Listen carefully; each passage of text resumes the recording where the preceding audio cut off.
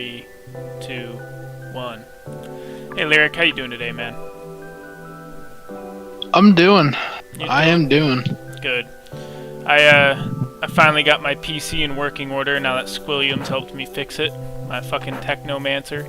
And now I'm good to record another episode with you, my guy. What was wrong with it? What we think was wrong with it was, you know those weird little, like, key fob batteries? They look like, they kind of look like silver dollars. They're super tiny and they look like coins. Yeah. So those literally cost $1, give or take. Motherboards have those in them. And we think mine went bad. And I haven't had any crazy significant crashing or anything like I have been since then, so I'm pretty happy about that, actually. Here I was thinking I was going to need to buy a new power supply or something, but instead he just put this little coin in it, and I'm good. Will hooked me up, yeah. But I was dealing with that for a long minute. Coin. Yeah, he gave me his lucky coin. But yeah, I've been excited. Definitely wanted to follow up with you again on another episode of gaming-related shit. I want to make this its own little series thing if I can. I've got a playlist dedicated to it on the channel, so if we could start growing that, that's good. Word. We started talking earlier because we're fucking nerds, and I told you to save it for the podcast. So let me know what the first subject is you want to talk about. So first thing I want to talk about was probably thing I saw recently. It came out about 9 days ago. But E3 is officially coming back. Oh, really? Yeah. It only originally closed down because of COVID, right? So I think that's the official reason. Wasn't a big part of the reason because it was supposed to be meant for like game developers and game journalists, and instead it became like a vacation destination. The thing with E3 was that it as like influential as E3 has been throughout the years and giving us like these moments that everyone remembers, like yeah, like the big like hype moments when you unveil everything to a massive like amphitheater, right. And just like some of the moments I think are like Twilight Princess when yeah, it just works. And Twilight Princess when Shigeru Miyamoto came out with that Zelda sword and shield. Like, those are the moments you remember from E3. I remember Destiny's E3 was a really big deal, even though that game kind of sucked. Yeah. Yeah, well, we were Bungie fanboys at that point. We would eat up anything that they gave us. Well, we thought Bungie was gonna fucking save all of video games for a minute there, and Destiny ended up sucking, and I can't believe they came out with the Destiny 2 and that did well, to be totally honest. Yeah. Especially after they reverted everything that, like, all the Destiny expansions did, and put it back to the fucking base. Right.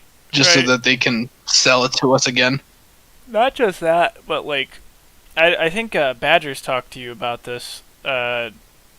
Fucking, they fired the head writer of Destiny's story, and because they like wanted to make his story more PG, I guess, something along those lines. And yes. I mean, honestly, his story was way fucking better, as far as I'm concerned. Like, it was way better. Yeah, the Traveler was supposed to be the villain all along. Right, like, it was supposed to be like a parasitic entity that convinced populaces that it was helping them, but in reality it was the bad guy, and it kind of like ate off their life force or some shit. That's what it was supposed to be. Yeah, but now instead it's just still a glowing bulb that just like blew up. Instead, it's just supposed to be God, I guess. Just stupid. They also tried to just rip Marty O'Donnell from everything he ever worked on. Really? Oh, you didn't know about that? No. For those listening, give them a rundown on who Marty O'Donnell is. So Marty O'Donnell, he was pretty much the music guy for Bungie since like the 90s when they were still publishing games on the Mac, and before Halo came out. He's essentially worked on almost everything that they've made, and he's considered in the industry as like the John Williams of gaming. Oh, If you've shit. ever heard the Halo sound, the Halo music, you would understand. Like that opening theme is as iconic as like say Star Wars, and for some people. Yeah. No, Halo music is ridiculous in terms of its fame and understanding. I'd And that say man made it. the Elder Scrolls series also has some pretty iconic music as well. I think that those would be the big two out of video game music. Probably is the Elder Scrolls and Halo franchises. The difference being that Halo it has a face to that composer. It I mean, does. Yeah.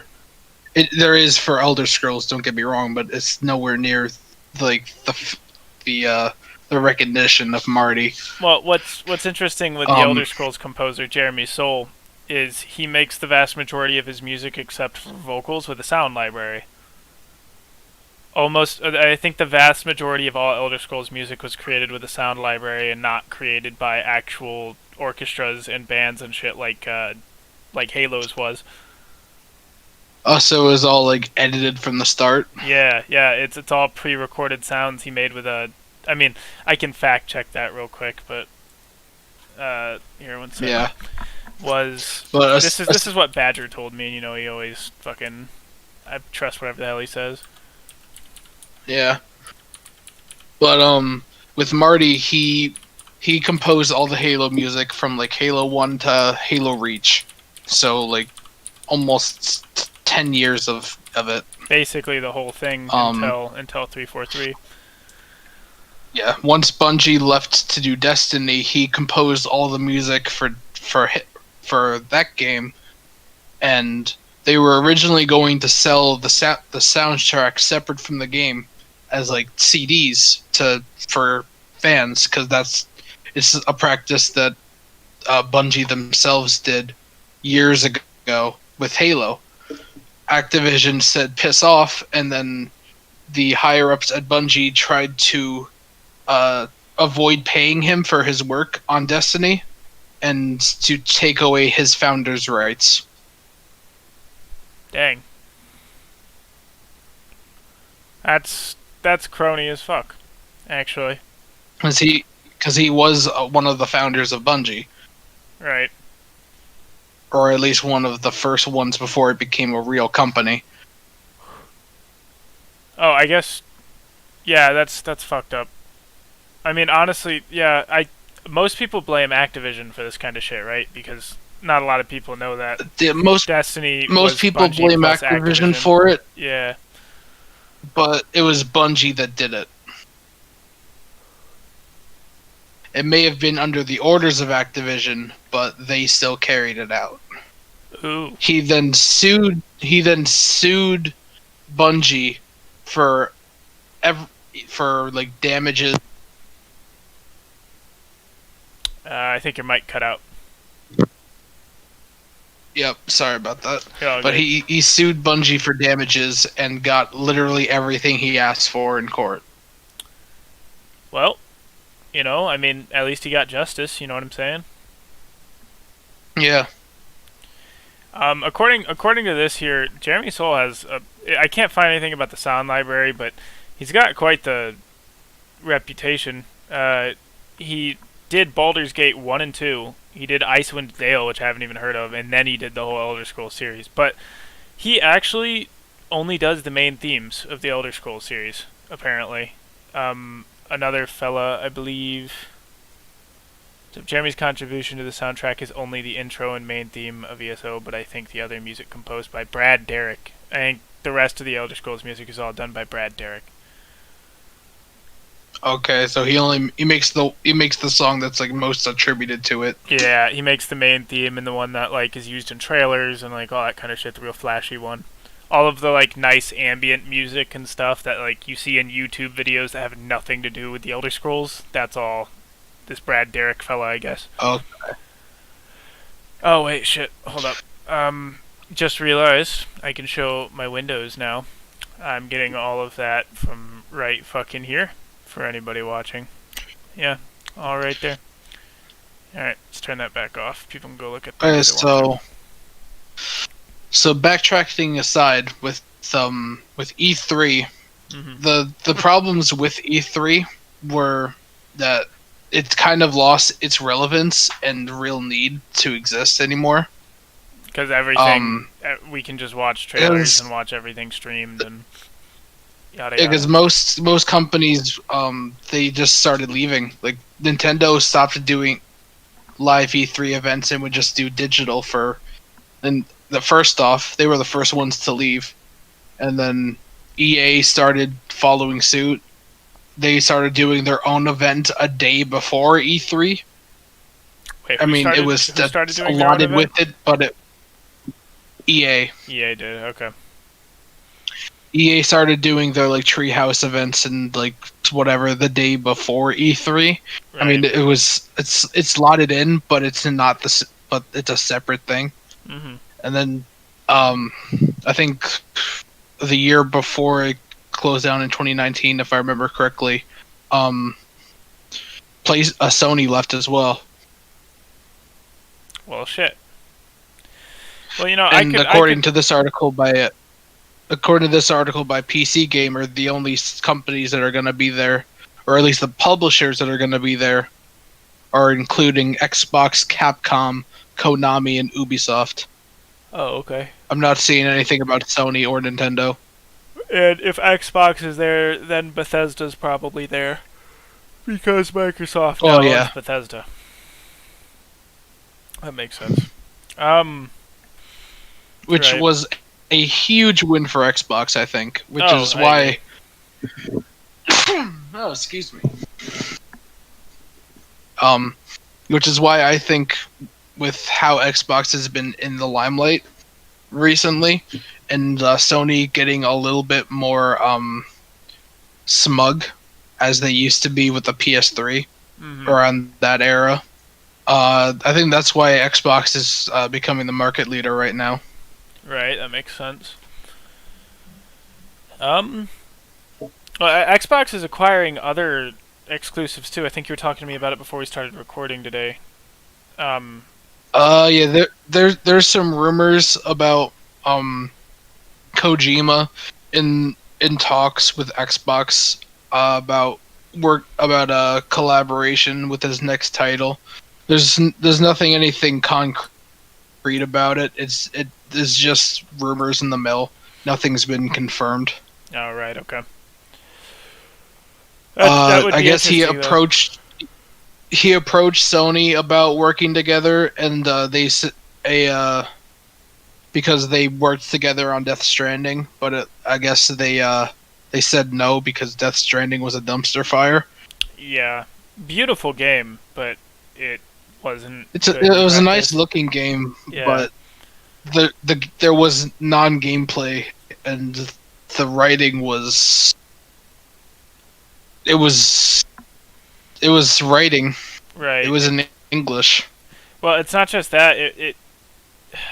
The problem was that there was too much game, too much consequential gameplay. It was a walking simulator. There was a bunch of analog movements and necessary things to worry about that really didn't add to the game's atmosphere or things that were necessary to progress the story or anything. I watched a really long video essay about it. I think I watched Angry Joe's and the Actman's stuff about it. Yep. Yeah, and then there was also this really bizarre sequence of product placement with Monster energy drinks. And it was so fucking weird the way they handled that, because they basically for viewers watching, if you're not familiar with Death Stranding, it's got I don't remember his actor's name, but it's got Dale from fucking The Walking Dead as the main character. The Walking Dead. Yeah, he was the redneck with a crossbow from The Walking Dead. He's the main character, and there's this weird scene where he bathes in Monster energy drinks damn near. He just downs like drink after drink after drink, and that's like how he chills out on his day off or some shit. And I'm like, what the fuck? If you would like to know more about Death Stranding, I highly recommend taking a look at the video done by Video Game Donkey. I'll take a quote from him saying that it is a game of inconveniences. Right. It is, actually. That makes total sense from what I've seen in terms of gameplay. There were some cool aspects where like there was an online feature where everybody from around the world could like build bridges and infrastructure around the world by like adding a little bit here or there or whatever. But other than that, there wasn't really anything else I saw in the game that I'd like recommended to people for. It was very just bizarre. Yeah, I guess the only like real piece of equipment that's worth is the zip line that you could like position from like halfway across the map, Right. like and shit, and it allows you to avoid the playing Death Stranding. Yeah. Yeah. And the writing is also is the if you're not playing Death Stranding for the gameplay, you're definitely not playing it for the writing. Right. Like the world building wasn't particularly awful. It was actually pretty good. But the plot itself was kind of garbo. That I do know. You know, man, it would have just been cool if Silent Hills became a thing. Yeah, but too bad Konami is an evil corporation worse than EA and Activision, in my opinion. Why is that? They're Open just the floodgates, they're just like they. I mean, EA and Activision, they lay off hundreds of employees and then give them like their CEOs like hundreds of millions of dollars. But Konami actively hurts and just abuses their workers. What? How so? That's a pretty outrageous claim. Konami has security cameras in their offices and spies on their employees, and they aren't allowed to have internet access. There's constantly employees like breaking down in like their closets and stuff. It's an absolute abysmal conditions working at Konami. Sounds like Amazon. I'm gonna be totally honest. It sounds like Amazon. Yeah. Shit. And they don't actually care about products. In fact, they've bought up so many properties, like Bomberman and Hudson Soft, Midway. I haven't heard they've of bought all any these of those companies, like at all. Are they all Asian companies? That's because Hudson Soft made let me see. Hudson Soft was an older company. Right.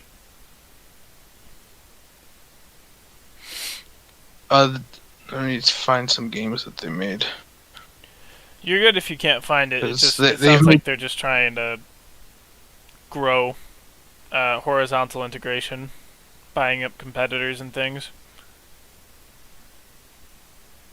If you're having issue finding that information, we can move on to a new current news thing, or if you want, we can start getting real nerdy with shit. Let's see. One more thing. There's speaking of Xbox, Xbox has also been very very chummy with Nintendo lately in the last few years. They've let Banjo-Kazooie. So they let Banjo-Kazooie in Smash, which was I think was really a really good step. Right. They Cuphead and Xbox exclusive IP is on Switch. Well, then it's not Xbox so on and exclusive, so forth. It's just not on PlayStation. That's Well, all it used to exclusive be, means these but days, yes. because apparently exclusives can get thrown on the Switch without any problems, and then on top of that, all of these supposed exclusives are all on PC as well. So it's Well, like I'll say that a Cuphead was a first party game Right. from Microsoft. Okay. But yeah, But Nintendo with has opened up a Nintendo, bit. I mean, you know, you've got an Elder Scrolls game on the Switch now too, so it's pretty interesting. yeah. The weird thing about Nintendo is they open up a lot, and then they also take steps back. Right. Well, didn't they in recent history make Um, hentai games legal in the Nintendo store or some shit? Supposedly, yeah. Yeah, they did something weird like Um, that. Didn't even know that was really like a. I didn't really know that was in demand, but apparently it is. it's more Sony stuff, Damn neckbeards. and like, and then they take steps back where they, during the height of COVID, when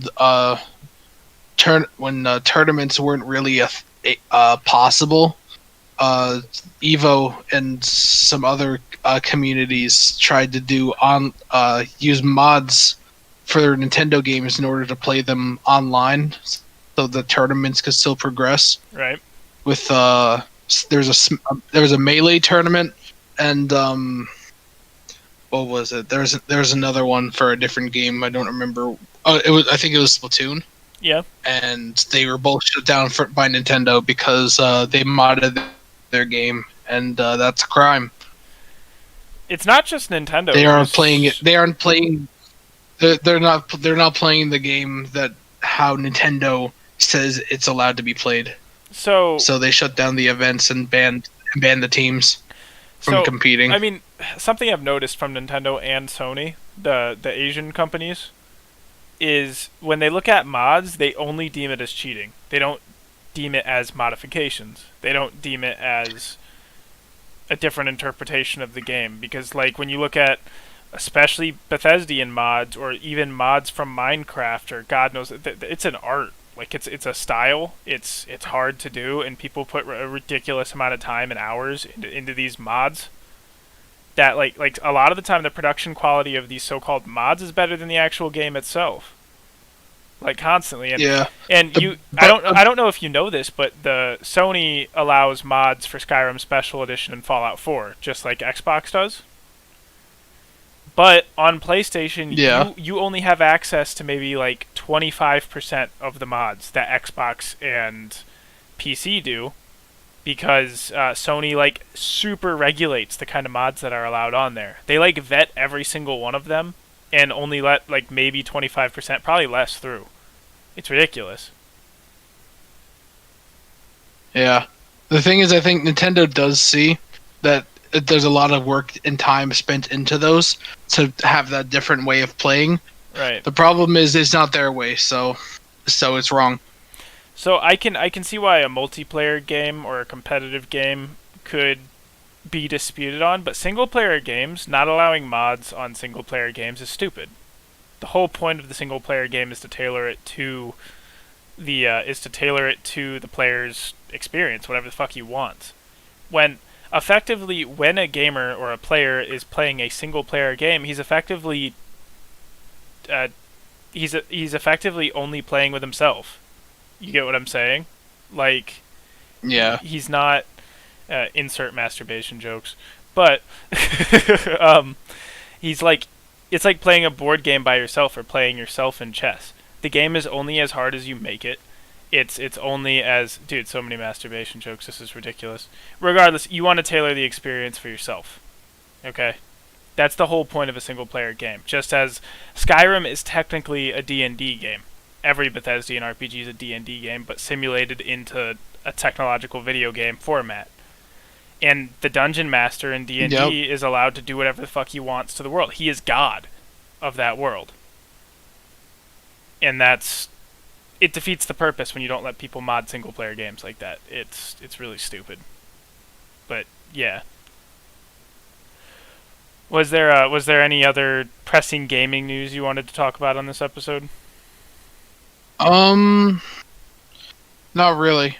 I think that mostly covers it. Wait, I thought there was something about Halo. Wasn't there?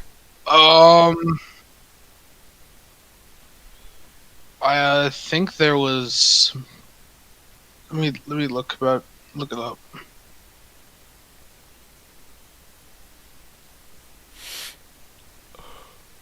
Halo Infinite does look like it's gonna look good. Like aesthetically, it's looking great right now. I know it had a It really bad debut for its trailer or whatever. it kind of has to be. Yeah, I want it to be good so bad. Xbox's reputation is on the line. It is. Xbox's reputation is definitely on the line, but I think that's also they're trying to hedge their bets and soften the blow if it goes to shit by acquiring all these exclusives and stuff. I mean, they bought all of ZeniMax for Christ's sake. I think that was one of the most expensive IP purchases in history. I think it's like It was more than $1 billion. Minecraft. Yeah, it was more than Minecraft. I think it was more than the purchase of Star Wars from Disney, wasn't it? It might have been. Yes, Yeah, that's it crazy. was. That's absolutely fucking insane. Um, Yeah. I mean, I think that's it. If we want to switch now to Star Wars, yeah, we were we were playing EA's Battlefront 2 a minute ago. Here, I'll go ahead and share my fucking window. What I started talking about. You can't see the window, but you know what I'm talking about because you're fucking nerdy as hell. But I was talking about how I think the Star Wars universe would look more aesthetically pleasing, especially during the Imperial era, if all of the stormtroopers or any infantry on the ground looked like shore troopers from the Rogue One movie and from one of the more recent Mandalorian episodes that had Bill Burr in it, which fucking made me ecstatic. But if they looked more like this, and then only spacefaring like marine type combat looked like stormtroopers. That's what I was gonna say. Cause like that's what stormtroopers look like. They look like something you'd see on like space stations and like in space. They're kind of wearing spacesuits to a certain extent. You know what I mean? Yeah, that's how yeah, I feel about it. I think lore wise, it's supposed to be that, or at least it was initially supposed to be, Right. where like it's like different branches. Well, yeah, Because like it is different branches because the I think stormtroopers were supposed to be those like marine style units, right, and then there was supposed to be like the army corps and everything, and then like basic troops, kind of like how they did in Solo right. with the mud troopers. Yeah, the mud troopers are like they're like With the when army. Han Solo was on that planet when he saved Chewie. Yeah, and shore troopers Like are supposed to be stormtroopers are supposed to be the elite of the right. of like, well, I don't know about elite, but They are supposed to be. They're better just than not. the They're average not soldier. portrayed that in movies. They're not portrayed as the elite in And then movies. But they are supposed to be that. afterwards, the Empire just kind of focused more on that because to have Marines means that they usually are going to be on ships and they need a galactic fairings, like a galactic wide military fleet. Right. So stands to reason that they're going to need almost a near infinite supply of those Marines. Right. Well, the way it was explained to me, because we saw the normal military in Solo, the Mud Troopers, which still had semi, like Mandalorian-esque armor on, right? Well, 'Cause considering that's that what all the combat armor in they Star Wars use is that based type, off of. Yeah, is based off of Mandalorian design, right? because they're so good at it. Right. Um, you had the Mud Troopers, which actually, while I've got this fucking up, we can do this. Star Wars Mud Troopers. This was in the movie Solo, for those listening. Fucking my internet's slow today, dog. Jesus, buck. Ah, there we go. Yeah, Mud Troopers. Yeah. This was supposed to be like the normal military in Star Wars. This is like the army, while this is the Marines, and then this is somewhere in between. Shore Troopers, the way it was explained to me, is Shore Troopers are like, I think it's right before you get sent off to Naval Academy or whatever to be a stormtrooper. I believe is what a shore trooper is. Or it's what your first like tour in the military is or something like that. That's how I think it was explained to me. I think they're more so just specialized troopers for like those like tropical environments. Right. It was cool though. Like I like those, 'Cause, and like honestly, stormtroopers are kind of the their color scheme. Stormtroopers are kind of the base of it. Right. The short. You're fine. Don't worry about it. The shore trooper color scheme, though, I think matches like so many different environments, and they just look more rugged. That like any kind of wilderness fighting, I think, would be cool. Because honestly, the scout troopers don't look stupid, but there's unless you make them camouflage, there's nothing about them that suggests they're more suited for being scouts. I know the lore says their helmets have like some fucking recon capabilities, but the shape of their helmets, nothing about that suit of armor suggests they're scouts at all, other than the name. You get what I'm saying? Yeah, it's more of a biker helmet. Exactly. When they have sniper rifles, again, it makes a little bit more sense. Actually, I'll bring that up too and show it on a window. Yeah, I got a new toy where I can fucking. I learned how to share my web browser with everybody, so I've been doing that. For anybody who's watched Star Wars or anything before, this fucking scout troopers look like this. They've got a. The only thing about them that suggests they're a scout is they normally carry a sniper rifle, and they have a little visor to block out the sun. Other than that, there's really nothing that distinguishes them from normal troops. Star Wars suffers from the same problem Halo does, where they don't want to put backpacks on things. Not in the newer renditions of Star Wars. I'm like, bruh. It's also, I think scout troopers are supposed to just be, for the most part, they're more specialized marksmen. Right. They're just like they're like a higher class of stormtrooper essentially, and they're also very cocky about it. Yeah, no, I've definitely heard about that. I've watched a bunch of lore videos and stuff. I subscribe to a few different Star Wars lore channels and Halo. Like, just I watch a lot of video game lore because I'm a nerd, just like you. And fucking the scout troopers are like kind of considered psychopaths to a certain extent because they're a bit narcissistic and really. I mean, they're like snipers actually. This trope is used in military fantasies and movies and narratives and stuff often. Snipers a lot of the time are like full of themselves, even if that doesn't really ring true in real life. And you see this in Halo ODST with Romeo, his personality. You see it in the Halo Legends arc with another ODST sniper actually, which is ironic. You see it in Fallout New Vegas, actually. There's this group of NCR troopers called First Recon. They're, like, super into themselves. And they, not only are they super into themselves, but they also all, like, wear sunglasses and, like, try to dress like badasses the entire time. Because they've got, like, a crazy high kill count or something. It's pretty funny. But yeah, I mean that's a trope you see in video games and books and stuff very often. It's pretty common. I'll fucking share that. I think well. This is NCR First Recon right here from the game Fallout New Vegas. It's fucking great. I've never played Vegas. Oh, I love Vegas. It's so. How did I explain it? I explained it to Badger pretty. I've definitely been wanting. I've wanted to get into it, but I had problems getting into Fallout 4 before mods started becoming a thing. Right. On Xbox. I can definitely stream it to you sometime so you can take a look at Vegas. The area I'm in right now kind of sucks, especially for people who are just getting into the game. I'm in a DLC called Dead Money, and like it really, the game goes from an open world game to like a super linear, control you in one spot, take all your equipment away kind of DLC is what it is. So I gotta get out of that before the game turns into what it normally is.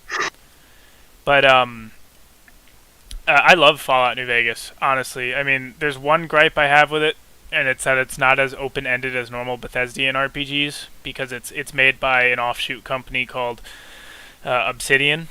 And Obsidian basically, they took Fallout 3, gave it a different setting, refined some gameplay elements, like fucking you can aim down sights in Fallout New Vegas when in Fallout 3 you couldn't. Stuff like that. And they added weapon durability and like weapon modifications. Like they added a bunch of cool stuff like that. But other than that, they just changed story and setting. And they also only had 8 months to do it all. Yeah, they did it in 8 months, and there was a huge dispute between them and Bethesda. I think you know the details of it a little bit more actually than I do. They had like a sales quota Yeah, to meet or something.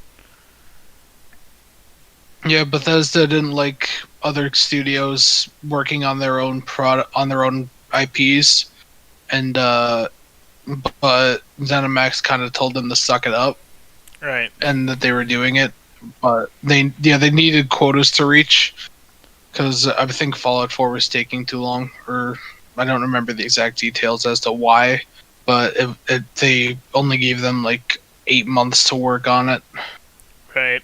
And for what they did, it was pretty good. But obviously, with only 8 months of development time, there's going to be problems and bugs. Yeah, I think they missed the deadline by like 0.1% or some shit, or 1%. I don't know exactly, but it was the difference between the Obsidian workers getting their like bonus that they were promised and not, and it was like a pretty big substantial like economic difference, and they were like 0.1% away, and Bethesda withheld it from them, even though it was this like the quota they were supposed to hit was this like outrageous like totally unachievable quota that they almost hit. So yeah, it's interesting. And they had a falling out and left on bad terms after that, I believe. Yep. Yeah. And then now they're both owned by Xbox. So Yep.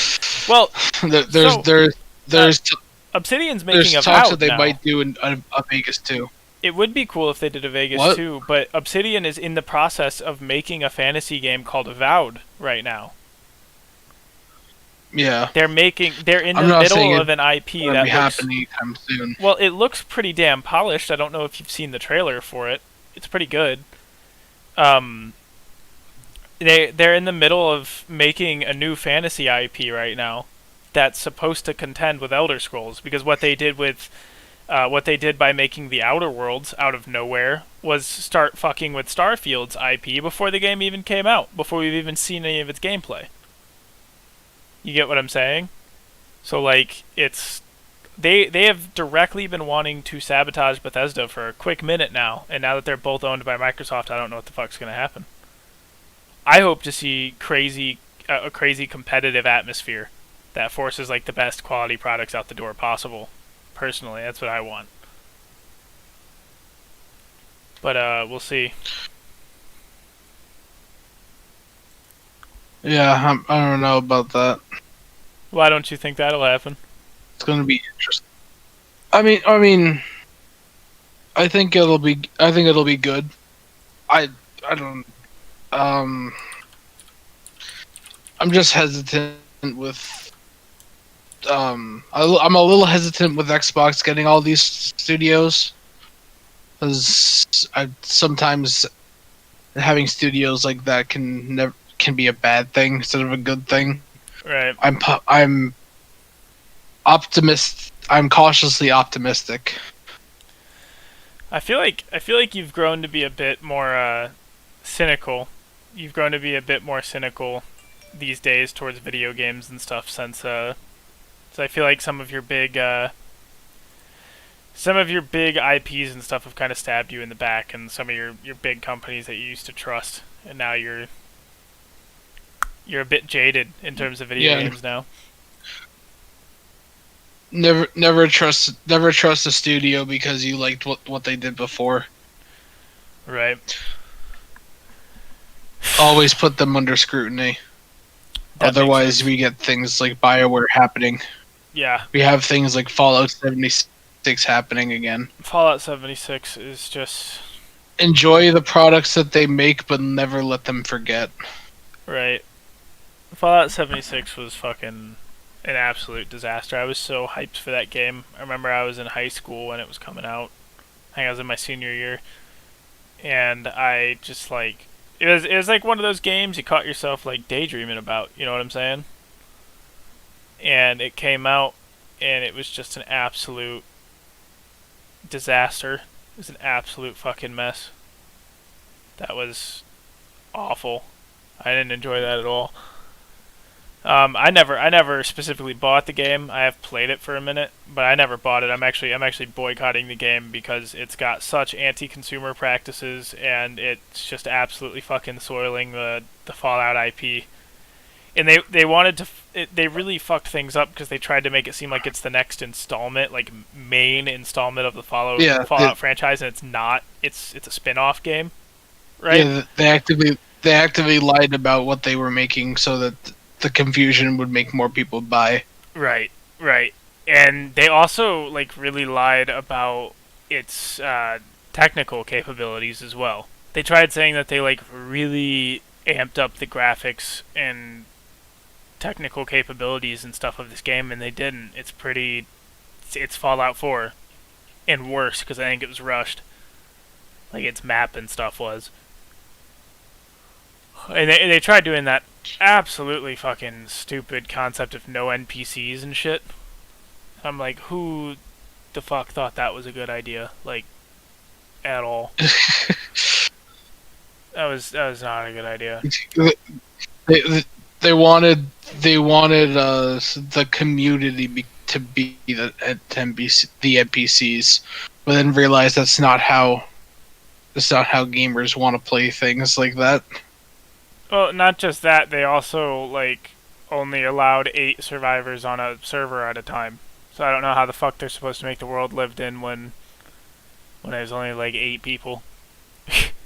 You know what I mean? Like that shit's so stupid. They might have changed that now. Actually, let me look that up real quick. How many people can be on a Fallout 76 server at once? And while I look this up, have you heard of oh shit, I fucked that up. One sec. I've got Obsidian's Avowed typed in before that. Have you heard of the Skyrim mod that came out called Skyrim Together? It's an online mod. Yes, I know have. there was a bunch of controversy around like some of the consumer practices, but the mod works. Like it actually, yeah, it's only 8 people on a server at a time. That is the stupidest shit in the entire world. Sorry. I mean it's better than one. Yeah, but it's like fucking Minecraft. It's not this like kind of MMO thing they were trying to suggest it was. You know what I'm saying? Like, I'm sorry, it's just. What It do you mean seems like it's a stupid practice to me. Minecraft? Minecraft on Xbox can only have 8 players on it. It's been that way since like the beginning of time on console, and it's always like Minecraft is funny, especially with our group, because we like divide up into different factions and groups and like start governments and laws and all this shit, right?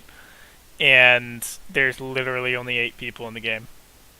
So you'll have like 2 people that go off to the mountains, and those 2 people are now a country. Like, are you kidding me? Right? And that's how we would play the game, and it's kind of stupid in practice. And there's a lot of that kind of behavior in Fallout 76. Like, fucking on TikTok, I've run into quote unquote clans on Fallout 76, and it's like you've got these big ass clans and organizations and shit on games where you can only have 8 people in a server at a time. It doesn't make sense to me. Yeah, exactly. And in a game where the only time PvP works is if other people accept the PvP. Right? Like Yeah, so it's inherently broken. exactly. And I think people can glitch out the situation where like people can grief you into attacking them first so that they can do full damage and you can only do a fraction of the damage. Like shit like that happens all the time.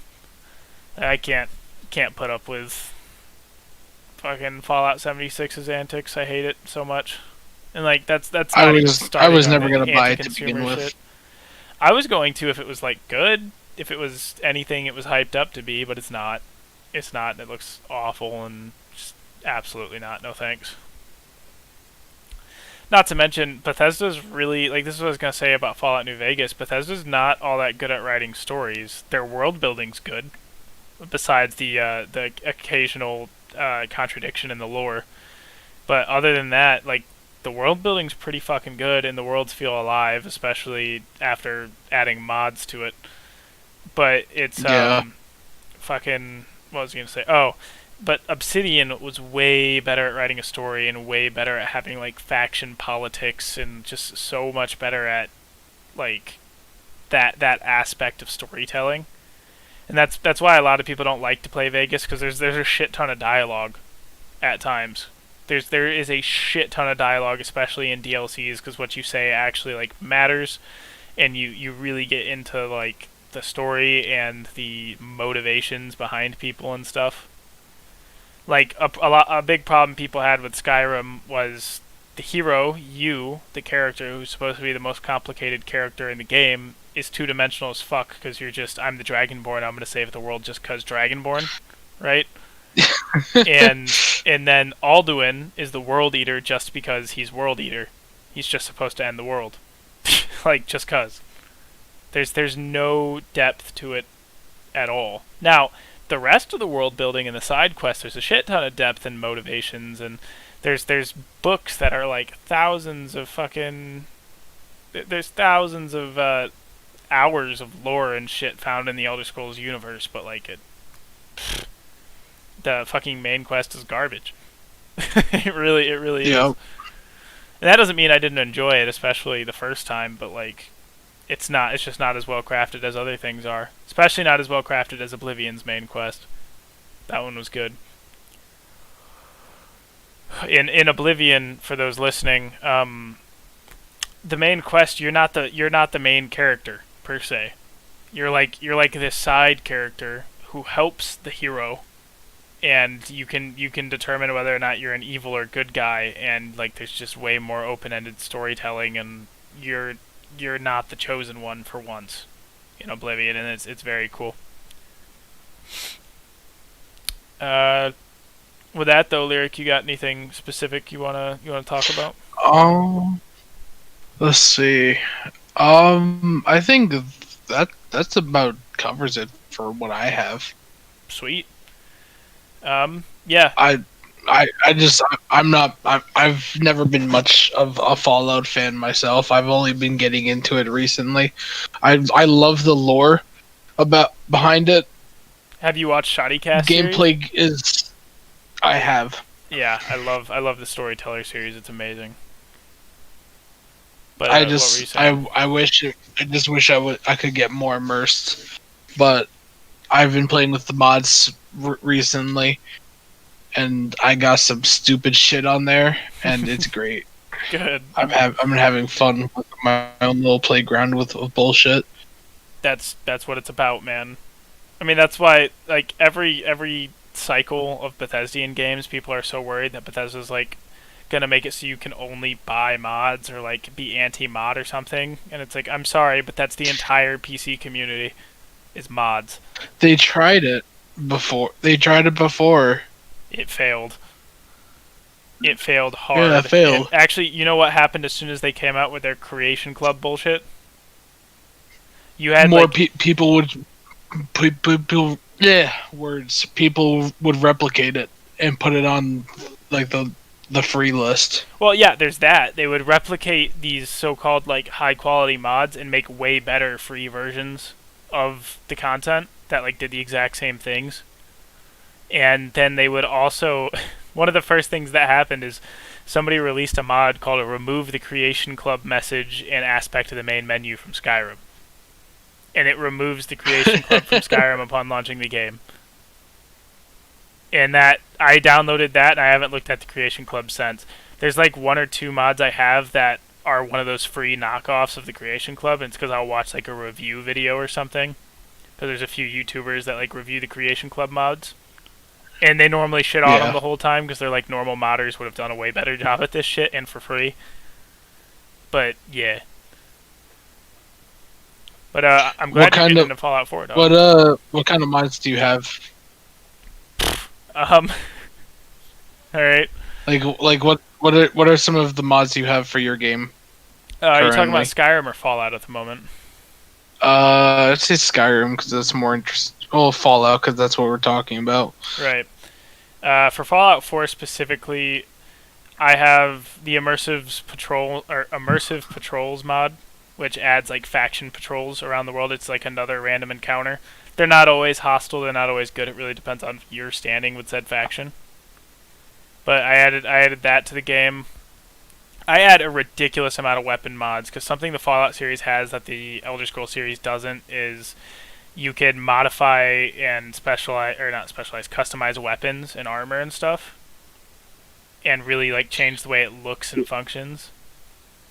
And me and Badger both download like weapon overhaul mods that like change the entire game. Like our Fallouts kind of look like Call of Duty in terms of like how fast people die. Yeah, they kind of look like Call of Duty. I get a mod that like changes the entire Minutemen into this like militaristic, like they kind of look like NCR troopers from Fallout New Vegas, but they're wearing like green camouflage instead of desert camo. They all have AR-15s instead of like pipe weapons. See, one of the first mods I got was a mod that got rid of all the pipe weapons in Fallout because for some reason that's all Fallout 4 is pipe weapons. Yes, I fucking hate pipe rifles. Right. A mod you should look disgusting. into. They're so gross looking. A mod you should get into is called Pew, P-E-W, and it replaces all of the laser sounds in the game with a pew sound, an audible person saying pew. So like you'll come across like an army of super mutants finding a bunch of synths, and they're all shooting lasers at each other. And you just hear pew pew pew pew pew pew pew like all over the. That's great. Yeah. Oh, there's cussing animals. If you get cussing animals, it's hilarious. This is in Elder Scrolls and Fallout, but it makes it so all of the ambient noises that animals make are cussing. Like it's this guy screaming like cuss words, and it's hilarious. Like, for instance, I had a Brahmin at one of my settlements, like a mutated cow, and it's sitting there eating some grass out of, like, a feeding trough. And instead of it making the chewing noise, it's just this recording of a guy saying, piss, piss, piss, like, behind every... Right? And then if you shoot it and it, like, screams and runs away, it's just like, Fah! like across, like, it's so funny. And, I think the original place that the mod came from was Skyrim because they made it so mud crabs like screamed at you and screamed profanities and got super angry. Like they like called you a bitch and stuff and got super aggressive and screamed at you if you tried to attack them. It's just funny as shit.